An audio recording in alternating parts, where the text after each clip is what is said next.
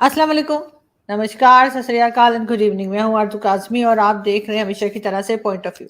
हमें जी आज बड़े लंबे टाइम के बाद संजय दीक्षित जी ने जॉइन किया है। बहुत बिजी रहते हैं सर, दो दो चैनल आपके। आप और चीमा साहब दोनों बहुत बिजी हैं सर, के दो दो चैनल चला रहे हैं, लेकिन फिर भी बहुत शुक्रिया नमस्ते। कि आज आप आए।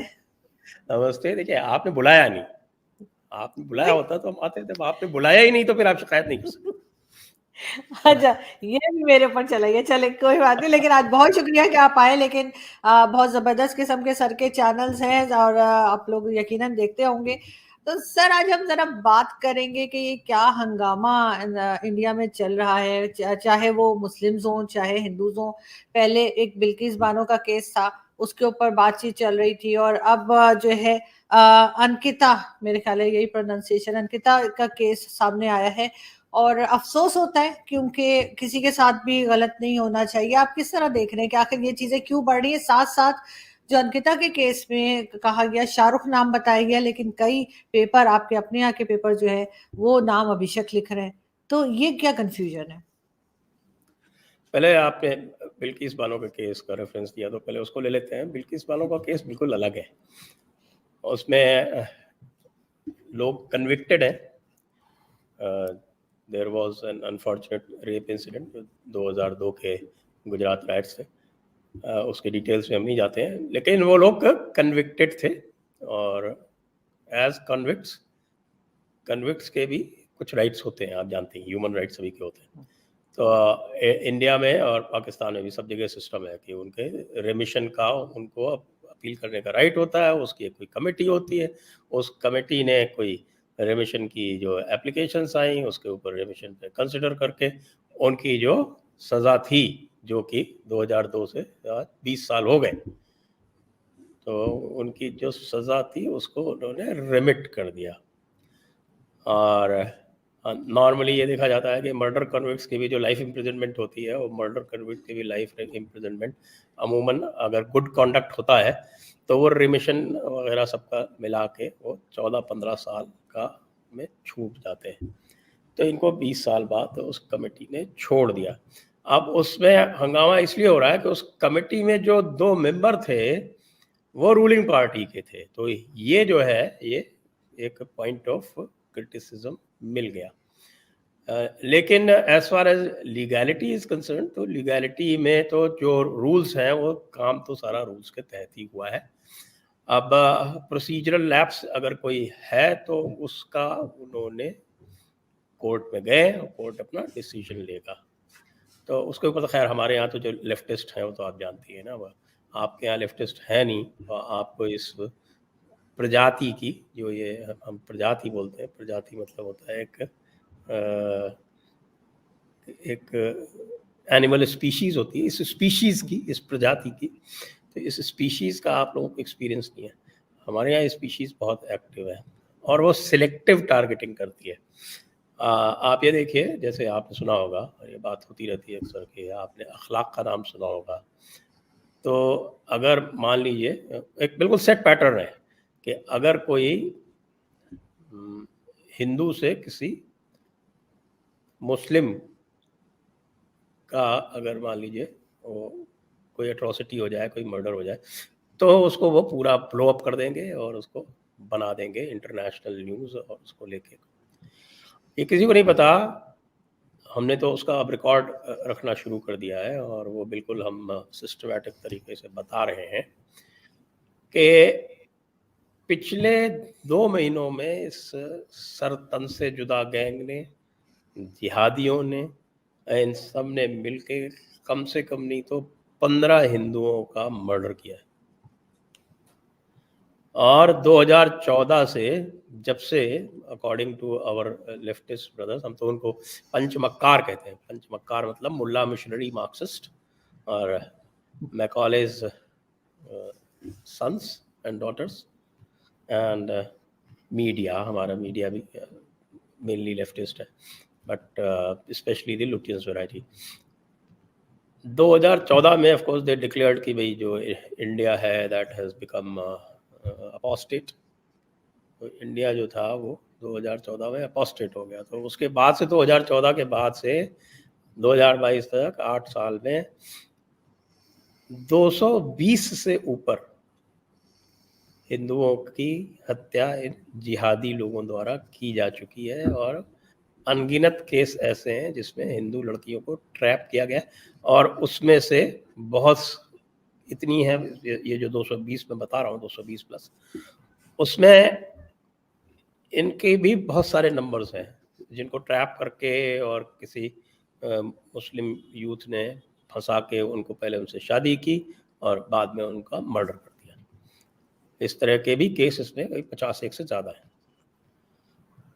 तो ये एक नैरेटिव वॉर चलाते रहते हैं ये लोग।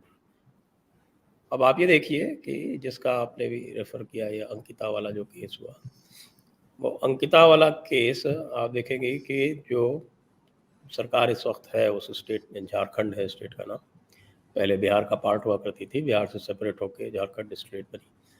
तो उस झारखंड स्टेट में जो गवर्नमेंट है वो एक तरह से लेफ्टिस्ट गवर्नमेंट है। लेफ्टिस्ट इन द सेंस कि उसका जो एक लोकल पार्टी है, it is called Jharkhand Mukti Morcha, उसको सपोर्ट कर रखा है कांग्रेस ने। और कांग्रेस जो आजकल है, कांग्रेस का जो कैरेक्टर है वो पूरा चेंज हो चुका है। जो कांग्रेस एक लेफ्ट ऑफ सेंटर पार्टी हुआ करती थी भारत में, और कांग्रेस जो है वो पूरी तरह से लेफ्ट ऑफ लेफ्ट चली गई है, और सारे ऐसे मुद्दे उठाती है जिसका लोगों से बहुत अधिक सरोकार नहीं है, लेकिन वो जो इंटरनेशनल लेफ्टिस्ट नैरेटिव्स होते हैं उनको उठा के चलती है यहाँ पर। तो वो भी इसी तरह के जो हम कहें कि नैरेटिव्स में इंडल्ज करती है। तो ये तो मोटी मोटी बात हो गई। बाकी जो स्पेसिफिक केस है अंकिता पे, उस पर आप कुछ पूछेंगे तो मैं बता दूँ। नहीं सर, बिल्कुल आप सही कह रहे हैं, लेकिन साथ-साथ जिस तरह से देखा गया कि वो कहा गया कि नाम शाहरुख है, और उसके बाद आपके अपने जो न्यूज़पेपर और मीडिया है, उसपे नाम जो है वो अभिषेक बताया गया। ये क्या कन्फ्यूज़न है? और ये सिर्फ़ आपको लग रहा है कि बस रिलिजन को लेकर ही ये सब कुछ है, और वो जिसको अरेस्ट किया गया था, वो इतना रिलैक्स लग रहा था, ऐसा लग रहा था उसने कुछ किया ही नहीं, हँसता मुस्कुराता हुआ पुलिस के साथ जा रहा है। इन लोगों को रोकने का कोई तरीका तो होगा?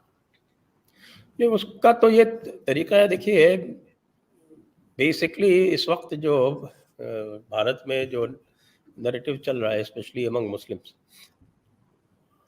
और कुछ पॉकेट्स हैं विशेषकर जहाँ पे चल रहा है, वहाँ पर ये एक बार फिर से ये यहाँ पर यही नैरेटिव चल रहा है कि भाई ये तो हमारा इलाका था, इसको जो है वो अंग्रेज़ों ने हिंदुओं को गलत से दे दिया, हमें इसके ऊपर वापस कब्जा करना है।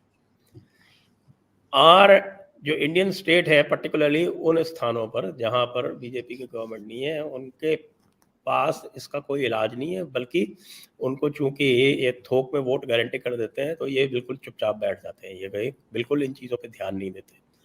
और उसके बाद ये पूरी तरह से लोगों को रेडिकलाइज करके और इस डायरेक्शन में चलाते हैं। जो लोग कहते हैं कि साहब ये माइनॉरिटी है और ये अपने आप को बहुत असुरक्षित महसूस करते हैं, उनको मैं सबको याद दिला दूं कि सरदार पटेल ने 1949 में ही कह दिया था कॉन्स्टिट्यूएंट असेंबली की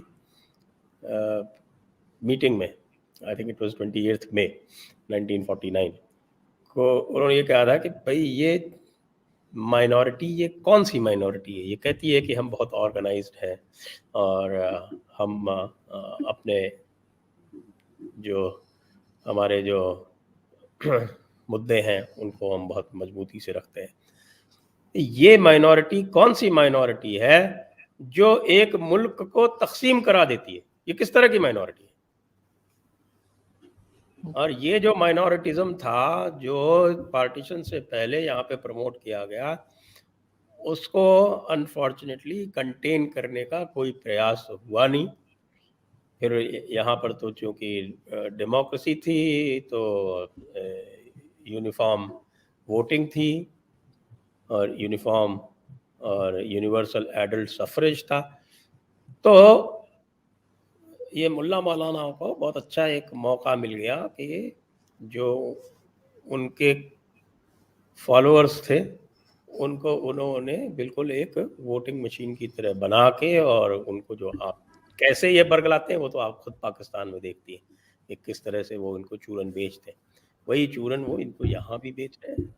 एक सेक्युलर सरकार का ये दायित्व होता है, ये जिम्मेदारी होती है कि वो अगर वाकई सेक्युलरिज्म की बात कर रही है, तो सेक्युलरिज्म का मतलब ये होता है कि there should be equal rights for everybody. लेकिन समाओ यहाँ पर जो है ये कुछ तबकों को, विशेषकर मुस्लिम्स को स्पेशल प्रिविलेजेस दे के रखा गया है, और उसके वजह से कई स्थानों पर जब सरकारें जो हैं वो इनफेक्टिव हो जाती हैं या इनके ब्लैकमेल का शिकार हो जाती हैं, तो वहाँ पर हौसले बहुत ज़्यादा बढ़ जाते हैं। आप ये देखिए कि ये लोग इस तरह की हरकतें यूपी में नहीं करते, क्योंकि यूपी में उन्हें पता है कि जो लॉ एंड ऑर्डर है और जो लॉ इन्फोर्समेंट है वो योगी आदित्यनाथ के अंडर में बहुत स्ट्रांग है। लेकिन जहाँ जहाँ इनको इस तरह का मौका मिल जाता है, जैसे जहाँ मैं रहता हूँ, हमारे स्टेट राजस्थान, यहाँ भी इस तरह की हो रही है। आपने कन्हैया का इंसिडेंट देखा, वो भी यहीं हुआ, उसके पहले करौली, जोधपुर, जगह जगह ये इंसिडेंट्स हुए, सब यहीं हुए। Everywhere the so called minority was the aggressor. तो ये जो एग्रेशन जो घुट्टी में पढ़ाया जाता है बचपन से, वो अल्टीमेटली ऐसे रिफ्लेक्ट होता है। लेकिन क्योंकि एक मेजॉरिटी गवर्नमेंट है, पर्टिकुलरली बीजेपी, और उसके ऊपर ब्रांड लगा हुआ है, उसके ऊपर लेबल लगा हुआ है, वो लेबल किसने लगाया है? इन्हीं लेफ्टिस्ट ने चिपकाया हुआ है कि साहब कि ये तो जो है वो कम्युनल गवर्नमेंट है। हालांकि अगर आप एविडेंस देखेंगी तो ऐसा कुछ नहीं मिलेगा, लेकिन उसके वजह से वो भी अपॉलोजेटिक और डिफेंसिव रहते हैं, इफेक्टिव एक्शन नहीं लेते। और जो कॉन्स्टिट्यूशन के हिसाब से यहाँ पर जो होना चाहिए, इस तरह के जो एलिमेंट्स हैं उनके अगेंस्ट में स्ट्रॉन्ग एक्शन होना चाहिए, वो अगर नहीं होता है तो फिर दे गेट इनकरेज्ड, और उस इनकरेजमेंट की वजह से फिर तरह तरह के तमाशे करते हैं लोग। जैसा कि पार्टीशन में, अगर आपने मेरी किताब पढ़ी है तो मैंने लिखा है ना कि वहाँ पर रोज ये आदत है ये आपके मुस्लिम लीडरशिप की, कि उनको रोज नई डिमांड लानी है। आप एक चीज़ अगर मीट आउट कर दें तो नई डिमांड दूसरी आ जाएगी, वो दूसरी कर दें तो तीसरी आ जाएगी। आप उनको पाकिस्तान दे दें तो कहेंगे नहीं हमें जम्मू कश्मीर भी चाहिए। आप उनको अगर जम्मू कश्मीर भी दे दें तो कहेंगे नहीं अब हमें पंजाब चाहिए। आप उनको पंजाब दे दें तो कहेंगे नहीं अब हमें दिल्ली चाहिए, दिल्ली तो आखिरकार जो है वो मुगल एम्पायर की सीट थी तो वो चाहिए। तो ये जो एक तौर तरीका है इनका, जिसको हम लगातार एक्सपोज करते रहते हैं, वो मुझे लगता है कि सरकारों को अब समझना चाहिए। और ये तो किसने कहा था, आई थिंक क्रिस्टीन फेयर ने अपनी किताब में लिखा हुआ है कि अगर इंडिया कश्मीर को तश्तरी पे रख के पाकिस्तान को सौंप दे तो भी पाकिस्तान का रवैया बदलना नहीं है भारत के प्रति। वो तो सर कहा जाता है, फिर कोई और रीजन निकल आएगा, कुछ और निकल आएगा। लेकिन सर नाम की कंफ्यूजन क्यों है? क्योंकि आपका मीडिया उसका नाम वो जो मैंने है वो बोला ना, वो मैंने बता उसको है। बोला आपको, पंचमक्कार, हमारे जो 5 मक्कार है, मक्कार तो आप जानती है ना। जी जी जी। तो 5 मक्कार जो हैं, वो 5 मक्कारों में हमारा लुटियंस मीडिया भी है, और ख़ास तौर से ये टाइम्स ऑफ इंडिया है, इसको तो जिसने सबसे, times of India, India today वगैरह है, इनको तो कई बार पकड़ा गया। बहुत सारे सेक्सुअल एक्सप्लॉयटेशन के केसेस में जहाँ पर ये झाड़ फूंक वाला मौलाना होता है, उसको ये तांत्रिक लिख देते हैं।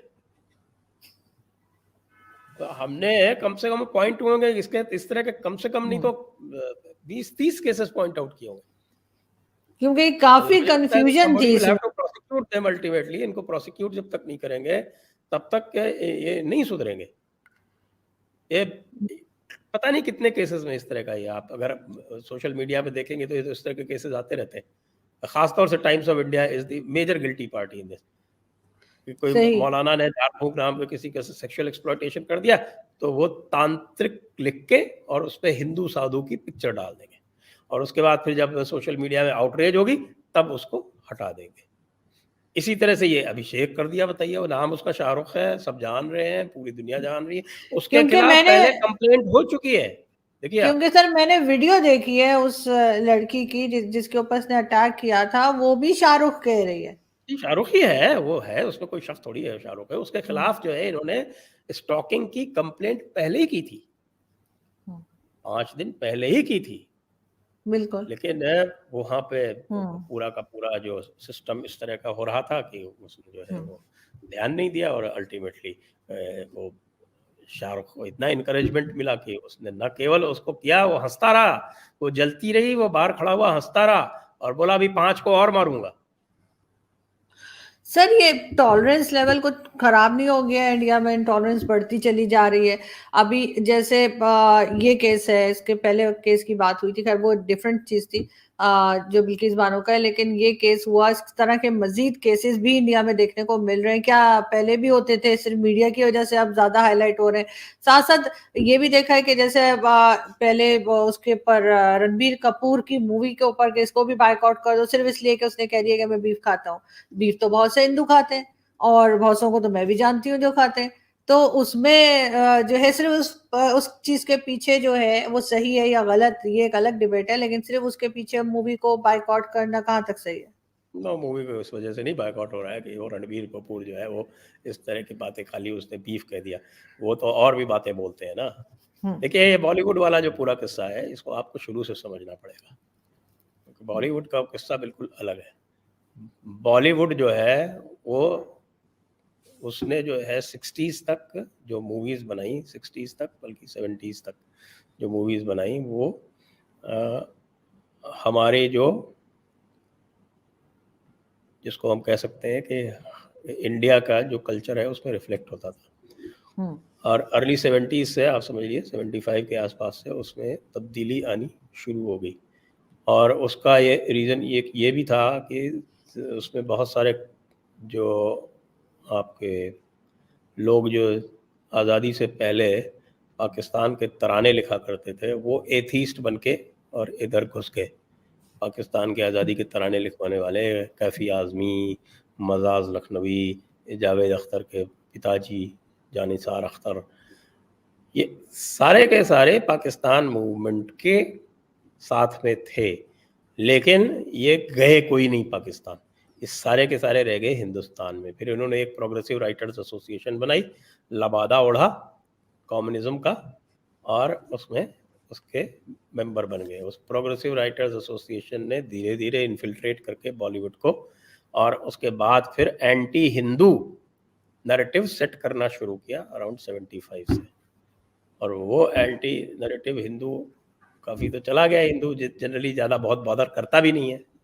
एटीट्यूड ज़रा सब कुछ एक्सेप्ट करने वाली होती है। लेकिन इंटरनेट के बाद से तो फिर हम लोग, हमारे जैसे लोग तो हैं, वो कॉन्शियसनेस बढ़ा रहे हैं ना कि भाई तुम्हारे साथ क्या हो रहा है, किस तरह से नैरेटिव सेट किया जाता है कि साहब कि एक हर मूवी में जो गुंडा होगा वो हिंदू ही होगा। मतलब आज तक किसी फिल्म में कोई मुसलमान गुंडा मिला ही नहीं इनको आज तक। सर वो था ना लोटिया पठान।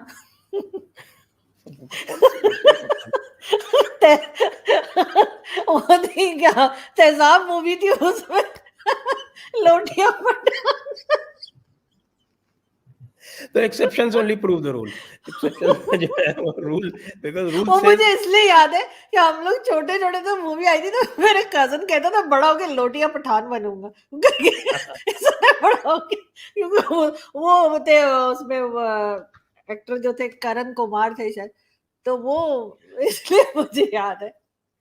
तो अब हुआ क्या है कि पीपल है वाइजनड अप, लोगों को ये पूरा का पूरा जो एंटी हिंदू स्टफ जो परोसा जाता है, लव जिहाद चलाया जाता है इनडायरेक्टली।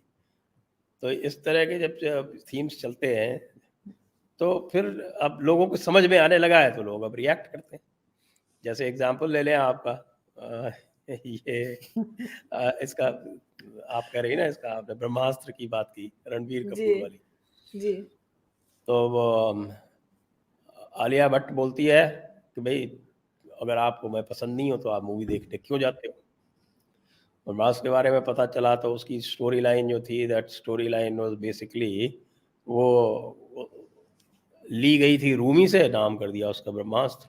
डायलॉग राइटर जो है वो सारा डायलॉग उर्दू में लिख रहा है, मूवी का नाम है ब्रह्मास्त्र। ब्रह्मास्त्र की किस्मत का सिकंदर। ये बताइए कि हमारे यहाँ इस तरह की भाषा कौन बोलता है? इस तरह की लैंग्वेज जो है वो पाकिस्तान में आम होगी, इंडिया में तो आम नहीं है। यहाँ तो इतनी सारी रीजनल लैंग्वेजेस हैं, we have 22 regional languages officially recognised, 22 languages plus English, 23 officially recognised languages हैं भारत में। और आप किसी भी अगर स्टेट की असेंबली की अगर प्रोसीडिंग सुन लेंगे, आजकल तो सब लाइव चलती हैं, तो आपको उनकी जो स्टेट लैंग्वेज होगी उसी में सुनाई पड़ेगी। यूपी में आपको हिंदी के अलावा कोई दूसरी लैंग्वेज नहीं सुनाई पड़ेगी। बंगाल में you will hear only Bengali, Orissa में ओनली उड़िया, आप आंध्र प्रदेश और तेलंगाना में चले जाएंगे तो केवल तेलुगु में आपको सुनाई पड़ेगी। तो यहाँ तो इतना developed, well developed regional language का सिस्टम है, उसको छोड़ के वो बताते हैं कि साहब की रब्बा, इश्क और ये सब इस तरह की सारी लैंग्वेज उसमें इस्तेमाल की। रूमी की कहानी उसमें लेके आए हैं, तो नाम रख सर दिया ब्रह्मास्त्र। तो सर ये सब उर्दू चीजें तो उर्दू भी आजकल तो सब एनालाइज हो जाती है ना, कि तुम फिर से वही एंटी हिंदू एजेंडा, क्योंकि तुम चूंकि देख रहे हो कि हिंदू कॉन्शियस हो गया है, तो फिर उसको तुम ड्रेसअप करके इस तरह से दिखाने की कोशिश करते हो। तो आजकल तो सब आ जाता है सोशल मीडिया पे, उसमें क्या दिक्कत है। और उसके बाद करण जौहर जो है वो फिर वो खड़े हो गए, जिसको जहाँ देखना वो देखे, जिसको नहीं देखना वो नहीं देखे। तो ठीक है, तो फिर प्रॉब्लम क्या है। जो हमारा तो कॉन्स्टिट्यूशन, हमारा तो सुप्रीम कोर्ट का जजमेंट है ना कि freedom of expression also includes the freedom to boycott. ठीक है, तो लोग अपना फ्रीडम ऑफ एक्सप्रेशन कर रहे हैं, किसी को क्या प्रॉब्लम। नहीं, आप ठीक कह रहे हैं, लेकिन सर उर्दू भी तो हिंदी से ही निकली है। उर्दू कौन सी अलग लैंग्वेज है? उसमें ये भी तो मिक्सचर ऑफ लैंग्वेज है। आपसे ज्यादा मतलब उर्दू कौन जानेगा? आपको उर्दू की तो ज्यादा हिस्ट्री बिल्कुल है, मालूम। आपको शायद जानकारी हो कि पहली बार अकबर ने ये सिस्टम लाया था कि उसने ही imposed Persian hmm. Right down to the village level, कि विलेज लेवल का भी जो फंक्शनरी है वो भी रिकॉर्ड कीपिंग पर्शियन में ही करेगा। तो जब इतना हेविली इन्होंने ऑफिशियली पर्शियनाइज्ड किया, तो उसका जो फिर बाद में प्रोडक्ट निकला वो है उर्दू। वही ना सर, हमारे यहाँ भी यही बताया जाता है कि 5 लैंग्वेजेस को मिक्स करके और इस तरह से फिर उसमें सारे संस्कृत भी है, हिंदी भी, अरबिक भी, पर्शियन भी। तो लेकिन सर अगर मैं लास्ट में आपसे ये पूछूं कि यहाँ तो मैंने इस किस्म की वीडियोस भी देखी है, इंडिया इंडिया की ही है ऑब्वियसली, कि जहाँ पर जो है स्मगलिंग की जा रही है, जो है वो गाय की और इस किस्म की वो स्मगलिंग में, और हिंदूज ही इन्वॉल्व है उसमें, कोई मुसलमान नहीं है। तो इन इन चीजों को भी तो देखें। और साथ बॉर्डर पे, पाकिस्तान का बॉर्डर हो या कोई, वहां से भी इस तरह की स्मगलिंग की जाती है कि यहाँ पर जो है वो इस साइड पे कर देते हैं, बॉर्डर की दूसरी साइड पे, यानी बेच दिया जाता है। तो पाकिस्तान के बॉर्डर के तो साथ अगर में तो आप मुश्किल है, क्योंकि तो पाकिस्तान कहा में तो यही चारों जाता है, तरीके से सुनने हो में रही है। यही आता है सर, सुनने में यही आता है। लेकिन खैर वो जो स्मगलिंग कर रहे थे वो तो वीडियो मौजूद है, वो पानी के थ्रू पता नहीं कहाँ नहीं, वो लेके जा रहे थे। बांग्लादेश में तो होती है, और वो पूरी की पूरी वो जो इस वक्त की वहाँ की जो गवर्नमेंट है और उसके पहले की जो गवर्नमेंट थी, यानी पहले वहाँ पे कम्युनिस्ट गवर्नमेंट थी बंगाल में, और इस वक्त जो है वो टीएमसी है, which is again left of the left, मतलब वो कम्युनिस्ट से भी ज़्यादा लेफ्टिस्ट हैं। तो वो तो एंटी हिंदू या कोई हिंदू बिलीफ सिस्टम या कोई हिंदू मान्यताएं, उनको इंसल्ट करने में, उनको हर्ट करने में तो दे फील प्राउड ना। कम्युनिस्टों का तो काम ही यही है, कम्युनिस्टों का काम ही यही है कि जो नेटिव कल्चर है उसको ख़त्म करो। तो इसलिए वो उसमें इन्वॉल्व है। फिर क्रिमिनल्स तो सब जगह होते हैं, है ना। क्रिमिनल ऐसा तो है नहीं कि कोई भी society is free of criminals. They commit these criminal activities, but they get caught also. अब जैसे अब ये उसका उनका जो सबसे बड़ा एक लीडर है अनुव्रत मंडल, वो पकड़ा गया है इसमें। और वो पकड़ा गया है तो पता चल रहा है कि उसकी जो क्राइम की प्रोसीड्स थी वो बहुत ऊपर तक जाती हैं। तो इस समय पूरे के पूरे टीएमसी में खलबली मची हुई है बुरी तरह से, जो ममता बनर्जी की पार्टी है उसमें। तो the only problem is that some governments condone crime. Crime हो, पकड़ी जाए, उसका प्रोसिक्यूशन हो, ये तो हर सिविलाइज्ड सोसाइटी में ये सिस्टम है कि क्राइम होती है तो क्राइम का एक सिस्टम होना चाहिए जो कि प्रॉपरली फंक्शन करना चाहिए। जब वो प्रॉपरली फंक्शन नहीं करता है तब ये सारी प्रॉब्लम्स होती हैं जिनके बारे में आप बात कर रहे हैं। बिल्कुल, लेकिन सर इस बारे में बात करते रहना चाहिए और मेरे ख्याल है कि हर एक को जो है हर रिलीजन की रिस्पेक्ट होनी चाहिए और इस तरह से नहीं, बहुत अजीब लगता है मुझे, अजीब के अलावा बुरा भी लगता है जब मैं इंडिया से इस किस्म की न्यूज़ सुनती हूँ। स्पेशली ये इसकी वीडियो भी देखी मैंने उस बच्ची की बेचारी जिसको मारा है इसने, शाहरुख ने, बहुत बुरा लगा है और ऐसा नहीं होना चाहिए और जब तक आप कोई सख्त किस्म की सज़ाएँ नहीं देंगे, ये लोग रुकने वाले नहीं हैं। ये और भी है हमारे यहाँ पॉक्सो एक्ट बना हुआ है। तो वो पॉक्सो एक्ट में भी वहाँ की सरकार ने उसको कोशिश की। POCSO act is below 18 years. अगर बिलो 18 ईयर्स किसी बच्चे के साथ में या बच्ची के साथ में कोई ज्यादती होती है तो फिर वो पॉक्सो एक्ट लगता है, उसमें सजाएं बहुत सख्त हैं और उसमें बेल वगैरह भी मिलना बहुत मुश्किल हो जाता है। तो जो भी वहाँ का इन्वेस्टिगेटिंग ऑफिसर था उसने जो है वो उसको लड़की को एडल्ट दिखा दिया।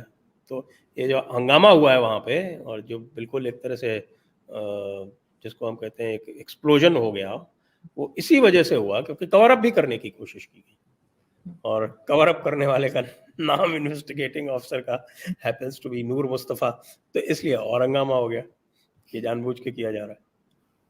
नहीं, ऐसा नहीं होना चाहिए बिल्कुल और इस चीज़ के ऊपर यकीनन जब तक सख्त सज़ाएँ देंगे तभी ये सब कुछ कंट्रोल होगा। बहुत शुक्रिया सर कि आज आपने जॉइन किया। Thank you so much. Thank you. Thank you, thank you.